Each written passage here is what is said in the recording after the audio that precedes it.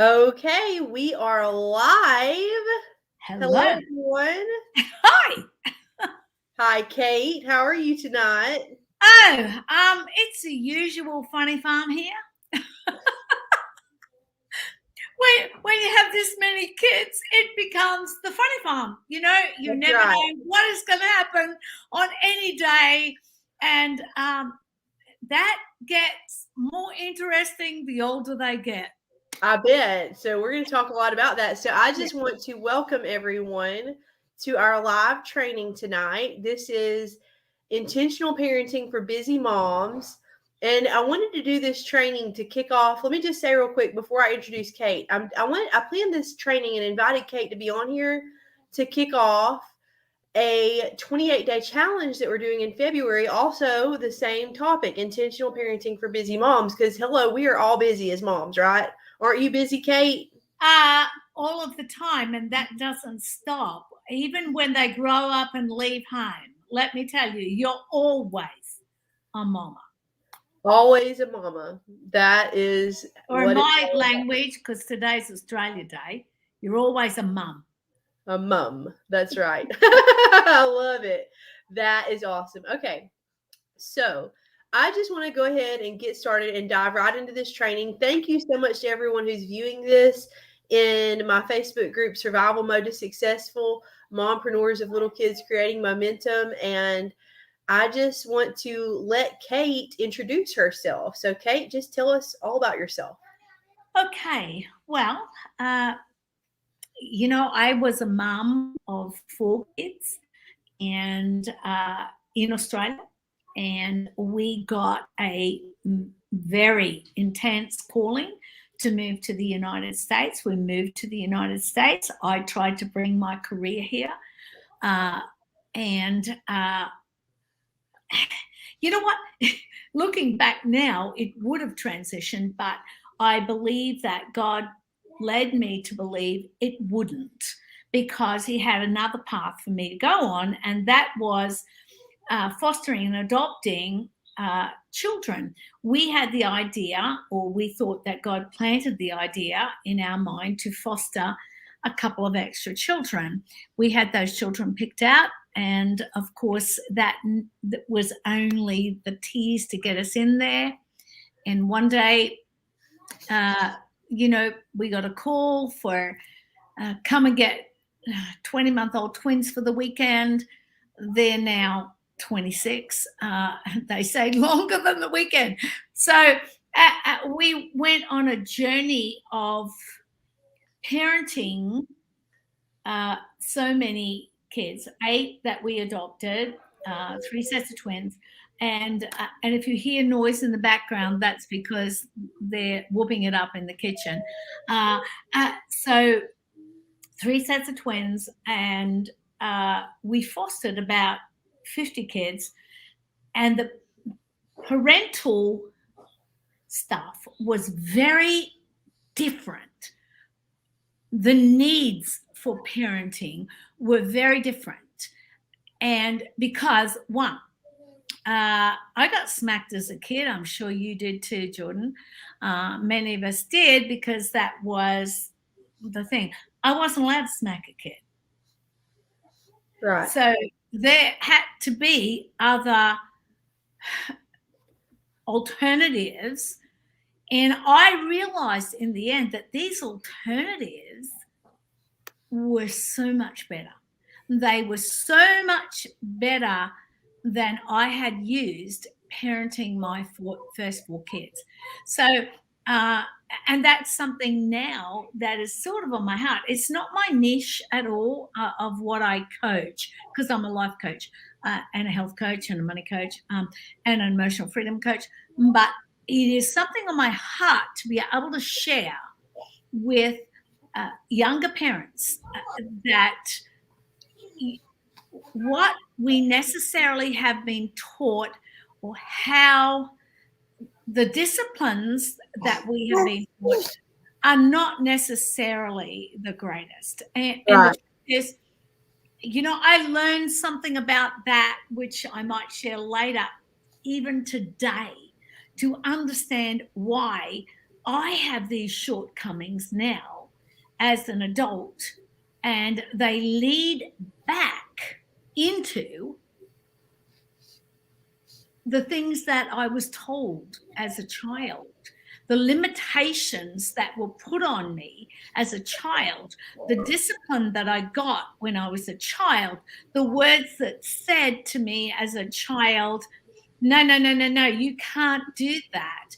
And then that reaps on over to us as an adult, and we don't even understand all of that. But coming back to the parenting, no, I learned an entirely different way to parent. And I can honestly say that it has worked far more effectively with my second family of 8. And I think my older family of 4 have watched this and now come to me, even now, even though they parent the same way that we have, they come to us and say, what did you do here? And that's just a little about me.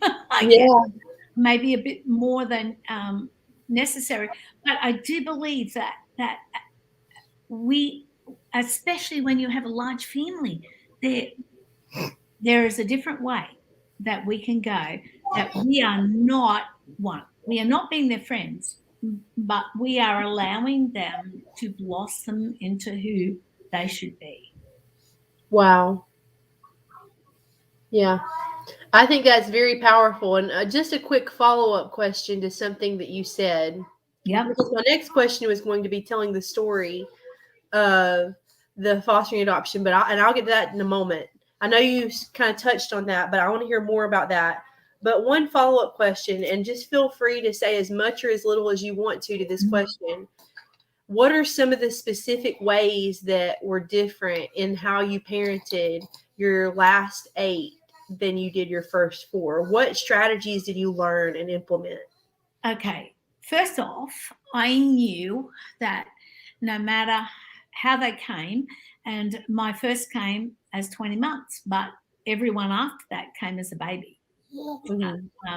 So we had 2 singletons, but they both came. I discharged both of them from the hospital. No, I discharged one from the hospital. The other one came via and stayed the weekend with my daughter because we had previous plans.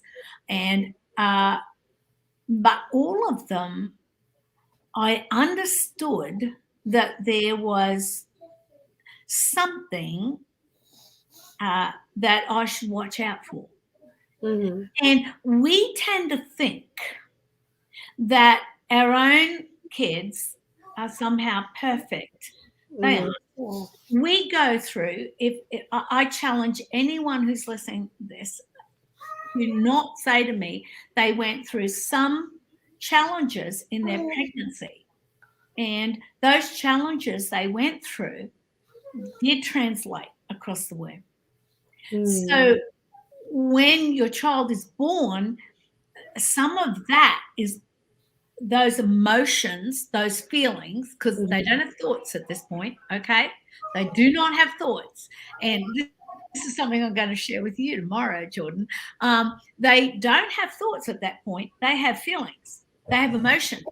And all we see are the emotions. And what I didn't understand as a birth parent over a foster adoptive parent is my children got born with the traumas of their birth, the traumas that happened when I was pregnant.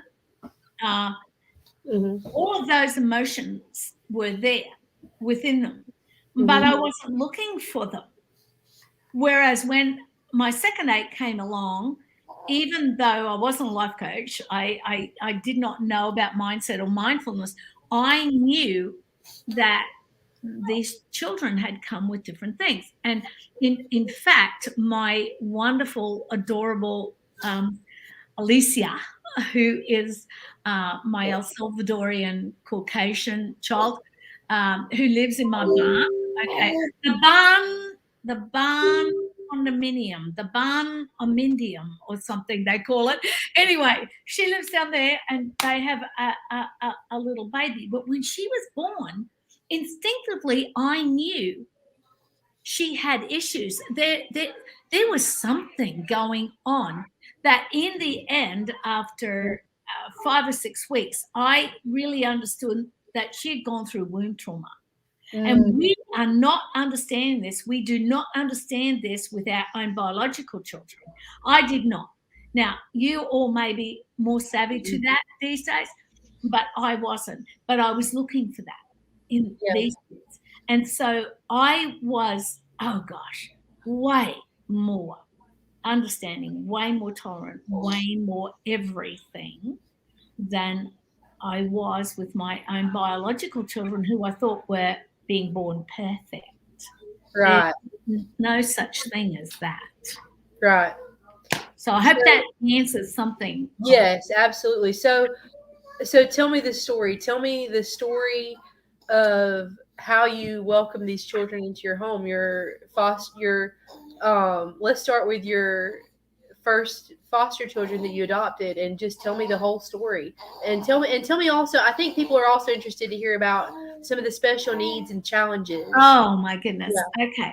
They are my 26-and-a-half-year-old identical twins who still try to have a long haircut and a short haircut, and everybody still thinks they've just gone to the barber and had a haircut. I mean, it's very funny.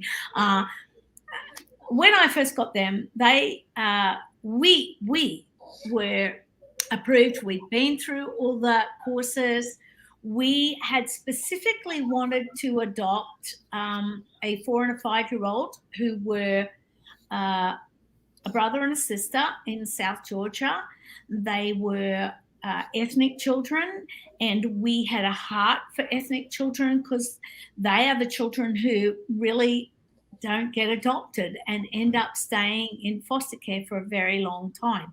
So these were 4 and 5. I had the stupid mentality of thinking that anything over 3 was going to be potty trained and fine. Well, that was wrong. Anyway, so we were not, their caseworker saw that we were not ethnic. We were older. We were moving them from South Georgia to Atlanta, and their caseworker was not in favor of that. Uh-huh. And in the process of this going on, and my caseworker, who was an amazing woman, said to me, Kate, it's not supposed to go like this, but it does. And she called me on a Friday afternoon. It was 3:00 in the afternoon. And she said, I have 20-month-year-old twins who need a place for the weekend. And I said, okay, but we're not approved. She said, you'll be approved within the hour. They had gone through everybody. Nobody wanted 20-month-year-old twin boys on a Friday afternoon, and I'm talking 4:00, because that's going to ruin your weekend. Oh my goodness. And so I said, well, we're not approved. She said, you will be within an hour. Wait for my call. I waited for the call, and my husband, I couldn't even get amazing. You know, I call him Amazing Hubby because he is Amazing Hubby. But Raj was in the air. He was coming back from a business trip in Colorado to here, and he was in the air, and I could not get hold of him. His mum, we had brought to live with us about a year before this, and she had gone to her room to, procrastinate and die, because we understood she could not go back to Australia at this point because of her medical issues. She was 82. And I went in to her and I said, Nina, I've got to go and pick up these 2 boys because we did get approved. I got the call. They said, come pick them up. I went into Nana and I said, Nana, will you come with me? There's 2 of them. will you come with me to help me? And that was the beginning of her life, a new life for her. But we rolled into DFACS because all of my kids came from Cobb County. We rolled Cobb County DFACS. We rolled into DFACS, and here were these two little boys in clothes that were way too tight, with a dirty bottle they had between their teeth in their mouth, with blank eyes, blank expressions, long blonde hair down here, and they just looked at me. And the truth was, I knew that I should not fall in love with foster kids. I fell in love with them the moment that I saw them. I could see their pain.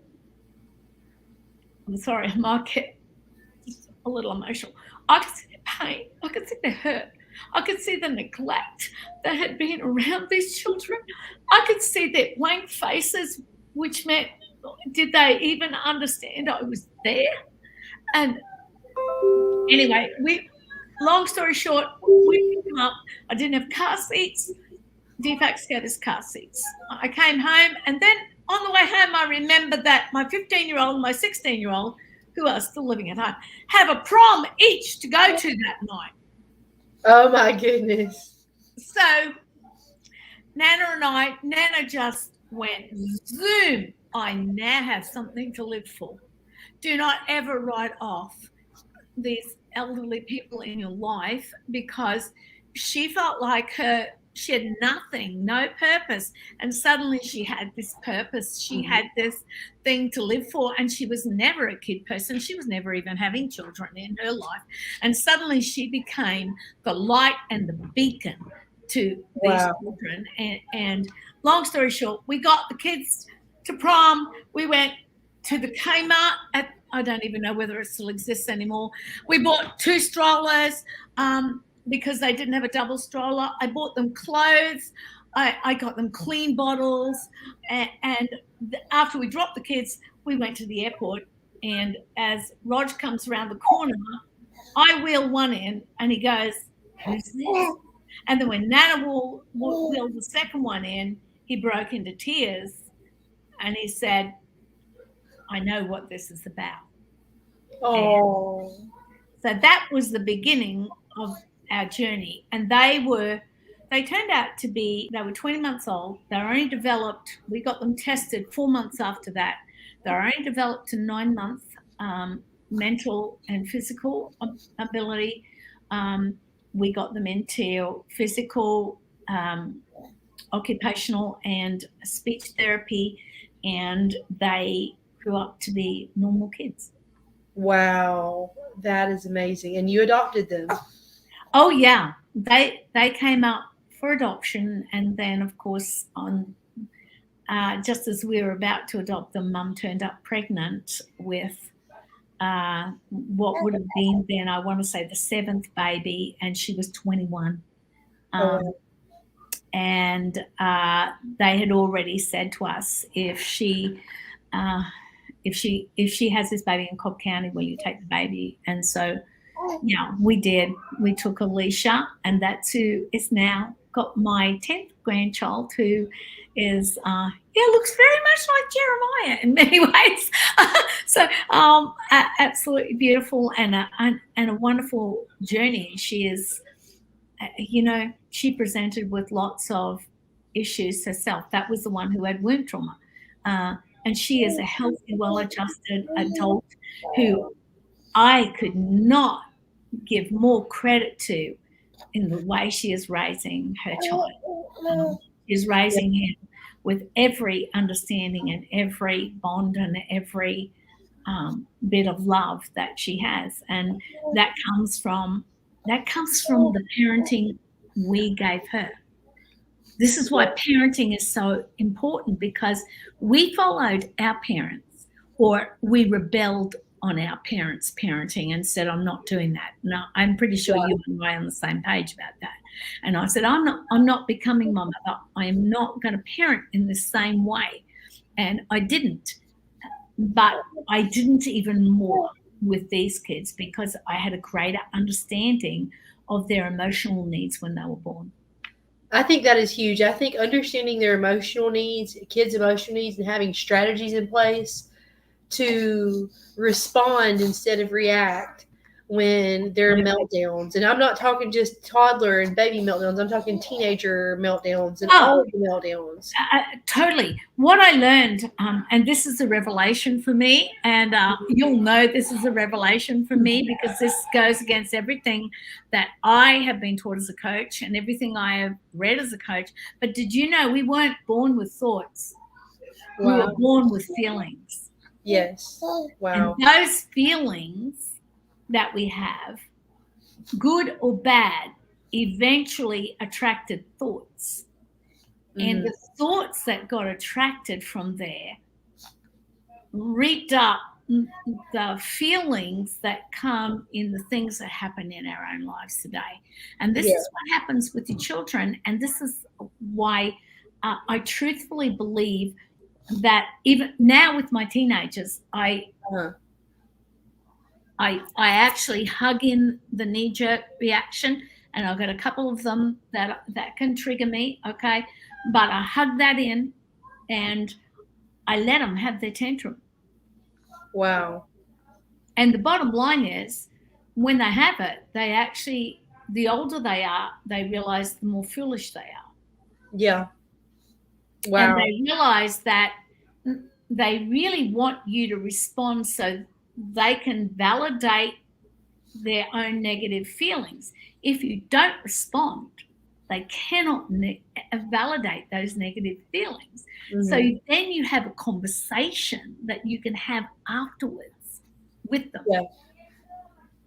Wow. And you can have this from a child anywhere from about 8 or 9 but especially with your teenagers, you can let them have their explosion. As you know, this is something else I've realized. We have feelings and we have emotions. The difference between our feelings and emotions are that our emotions explode. In our children, they have emotions because they've not got a thought fueling a feeling. They just have a feeling that becomes an emotion that turns out to be a tantrum or a mummy, mummy, mummy, or a tug, tug, tug, or a I want this, or I'm going to hit him. But there's something behind there. Yes. Yes. So good. I think that is such a huge piece of being an intentional parent, don't you? Absolutely, because we've been taught, your generation, I know, and mine, and you could be my daughter, okay? We're okay on that level. But the truth is, your mother operated on the same principles because she probably learned them from her mother. But my mother, it was all about if I tried to step outside of their boundaries, then I was wrong. I got punished. So that taught me to, in my latter years, right, not when I was young. When I was young, I understood my feelings and my emotions, and they drove me. But the older I got, their thoughts and their impressions on me as to regards to discipline and what they put in my head became more amplified as I became an adult. Yeah. That's that why is we definitely have to true. watch what we are putting into our children. Stop the cycle with us. Stop it with us. You know what? I got one kid, I think I've told you this. I could have smacked him till the cows came home. Didn't affect him. He fell out of a mango tree once, bounced all the way down, got up and laughed and walked away. What was a smack on his butt ever going to do for him? Nothing. Nothing. And I think that all of our children have different ways that we need to actually respond to them. I think that is so true. And I think that we can't tell our children to calm down when we're not even calm ourselves. Oh, no. Because you know what? We're actually, this is what I call mirror behavior. Uh-huh. They go off. and immediately it triggers something from our past that we Yes. haven't dealt with. Okay. And so we go off, and now we're mirroring to them that it's okay. Yep. It turns into a vicious cycle, but cycles can be broken. Oh, it can. And you know what? I think I said this to you today, and I know that you wrote about this week. Sometimes you need a moment. You need this moment to go, I need to go over here, and I need to get me into control. Let her have whatever she's doing over here, and let me get into control, and let me not mirror that behavior, because then that reiterates to her that's okay, or him, whichever the one. It reiterates. I can tell you I've used this on some of my more difficult teenagers in recent times, and I can tell you they're left with their mouths open because I'm standing there going, yeah, what's next? Hey? Wow. And that's so counterintuitive. No, It is. But it's if you're truly following your intuition, you're not going to react like that, but it's counter what we're taught, what we normally do. It takes some rewiring. It takes some rewiring of your brain. It takes a lot of practice. Just getting it right one time is not enough. It takes being present and aware. Yes. And I know we talked about that as well, but being present and aware means that, you've got them on a schedule. You've got them in a routine, especially when they're little. You are being aware of what is going on, so that you can be there in that moment. Children respond to schedules. They respond to routines. Yes. They respond to knowing that mummy knows what to do. Yes. So if we have a tantrum as big as they do, they go, mummy's having a tantrum too. This must be okay. Mm-hmm. And I've been there. I've done it. Oh, so have I. And I don't think there's one mother who's watching this that has not done that. But it's time to stop it. It's time for us to actually go, this isn't a good way to parent. Right. Do we want our kids to grow up and parent differently? And I don't mean be their friend. I have a rule in my house, and I will say to all of my kids, you're not my friend until you're grown up enough to be my friend. Mm-hmm. And that's probably in your 20s. And you know what? When they cross that bridge, and they when it's time, that I'm not parenting them anymore. I am now transitioning into being a friend, or a place where they can come and land softly. Right. But you should know that when they're little as well. Right, exactly. And I think that, just looking at the small window of time that and this is probably going to make you laugh, but I say the small window of time that they're in your house, and now you've had several of your adult children move back in with you. But some of them aren't up to leaving. The pandemic has done a number on a lot of people. But, typically your kids aren't going to live with you forever. You only have it's a limited number of years that you have that amount of influence on them. Exactly. And so I think that's a call to urgency to be as intentional as we can possibly be with the time that we have. Oh, 100%. And the truth is, we, whether by choice or by fluke or how it all works, we are the decision makers that these children have come into our lives, whether they're our biological children or they're adopted, fostered, or whatever. However your children come into your life, you made the decision.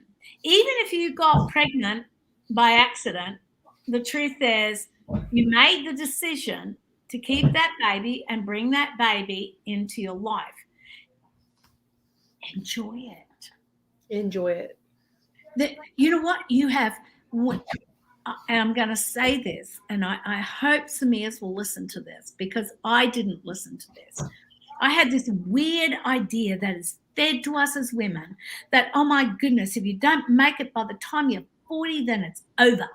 And the truth is, that is so wrong. That is so wrong. Statistics show that the greatest, the most productive years of your life are from 60 on, 60 to 80. Wow. They are not when you're in mummy mode or even when you're in that, okay, when you get to that 40, 50, you're in menopause, pre-menopause, your brain isn't thinking properly. You got hot flashes going on.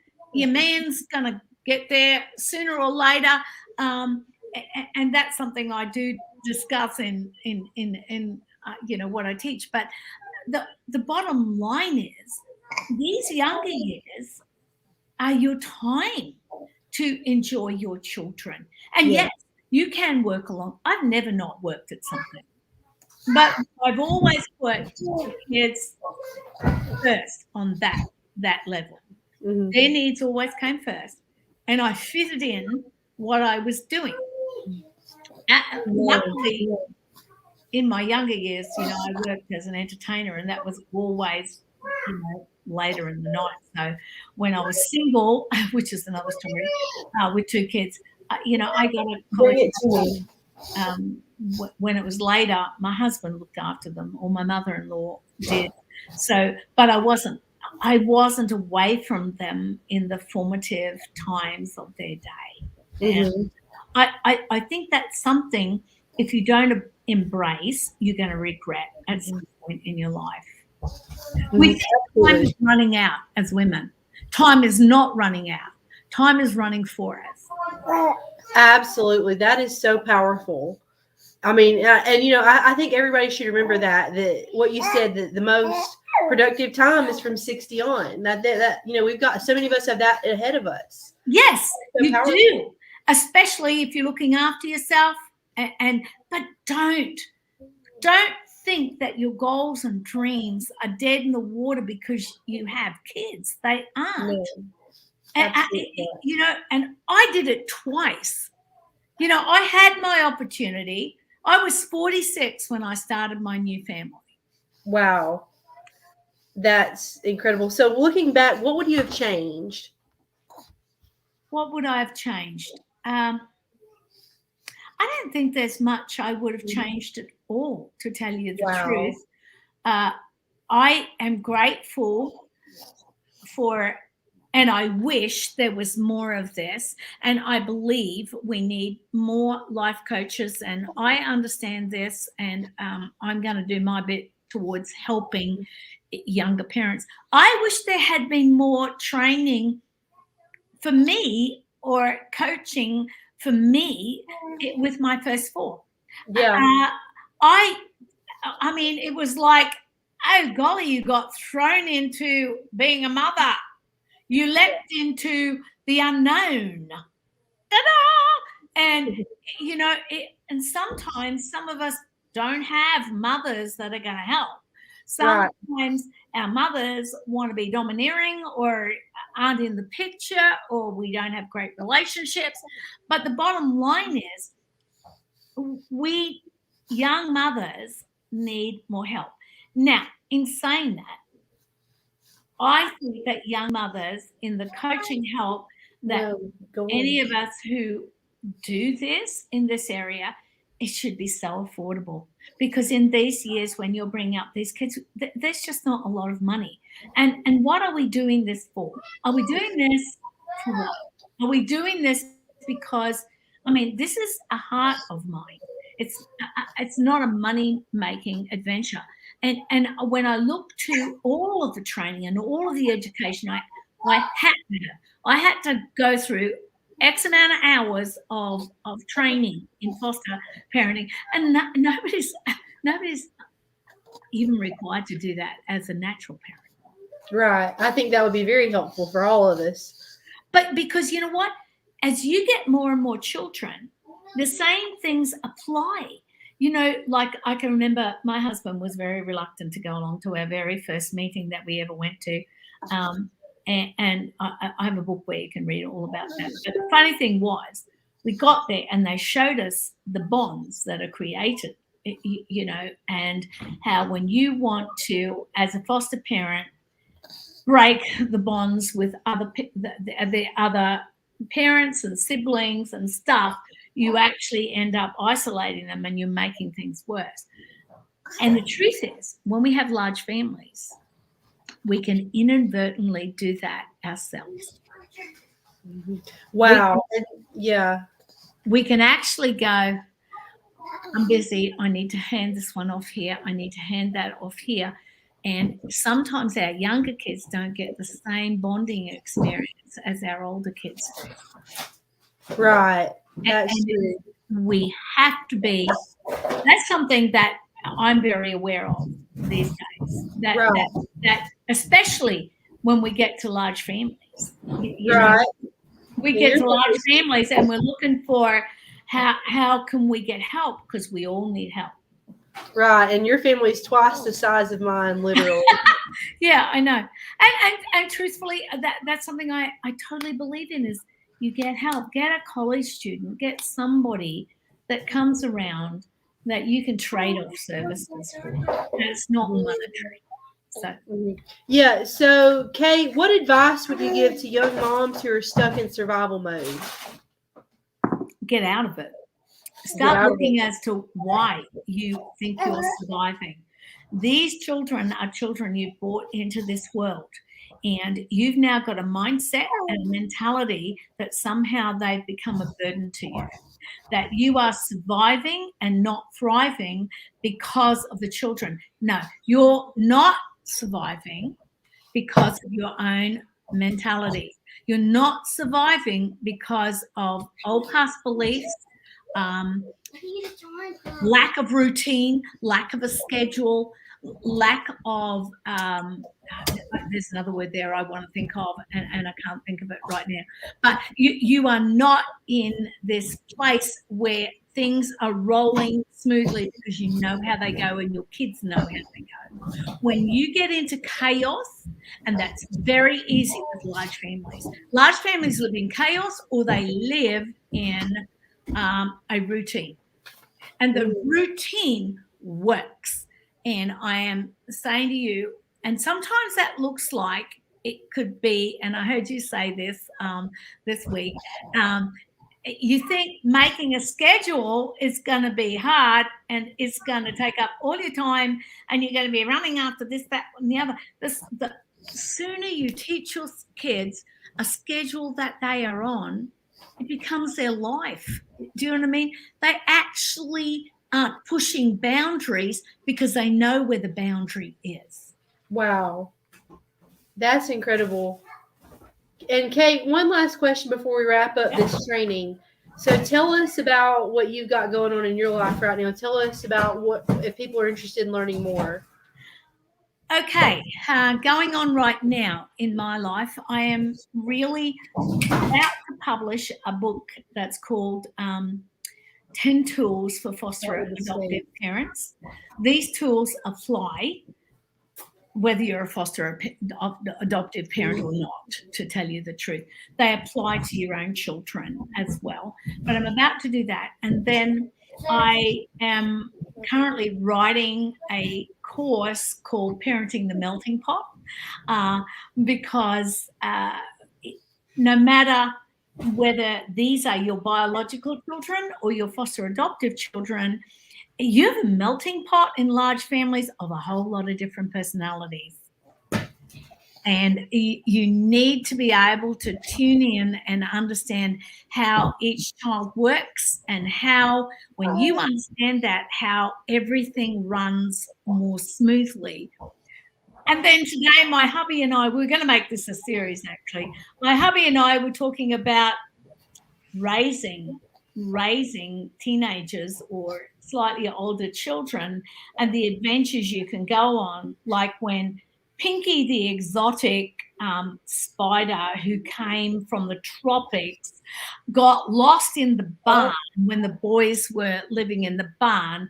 And so one of my oldest boys wanted to turn the heat up to 86 and just let crickets out all over the place so Pinky would come out of her hiding spot. Oh my gosh, that's crazy. I cannot tell you the adventures that have happened with kids and their pets, and we've had, gosh, ferrets that got loose, and a pig, yeah, all sorts of things. And then, the final book is, I really want to talk to people about parenting teens and young adults, Yeah. and how, you know what, you might be ready for them to leave at 18, but maybe they're not. Right. And maybe they need to go to college from home, or maybe you need to be still being that safe ground, that their bedroom doesn't become something else. They always have that safe place to come back to.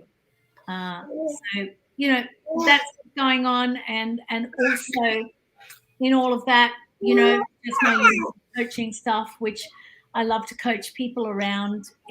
You get stuck in a rut, and that can happen to mums too. You just get Yeah. stuck in parenting rut. You get stuck in a place where you want to do something different. Your kids are growing up, and you know what? You don't know how to get there. Yeah. I've done that so many times, changing countries and changing careers, changing family dynamics. And changing back again. Yeah. That's awesome. Well, thank you so much for this amazing interview training that you have done, Kate. And I just really look forward. We need to do this again. There's a lot yeah. more There's heaps more that I could tell you. Just so much more. And I want to share that because I believe that young parents today do not get enough good coaching around this. Right. Well, Kate, we will see you later. Yes. Thank you so much. Bye-bye, my little Jeremiah. Say bye, Kate. He's getting so big. He's wonderful. Yes, he is. Thank you. Bye. Love you, babe. Okay. Bye.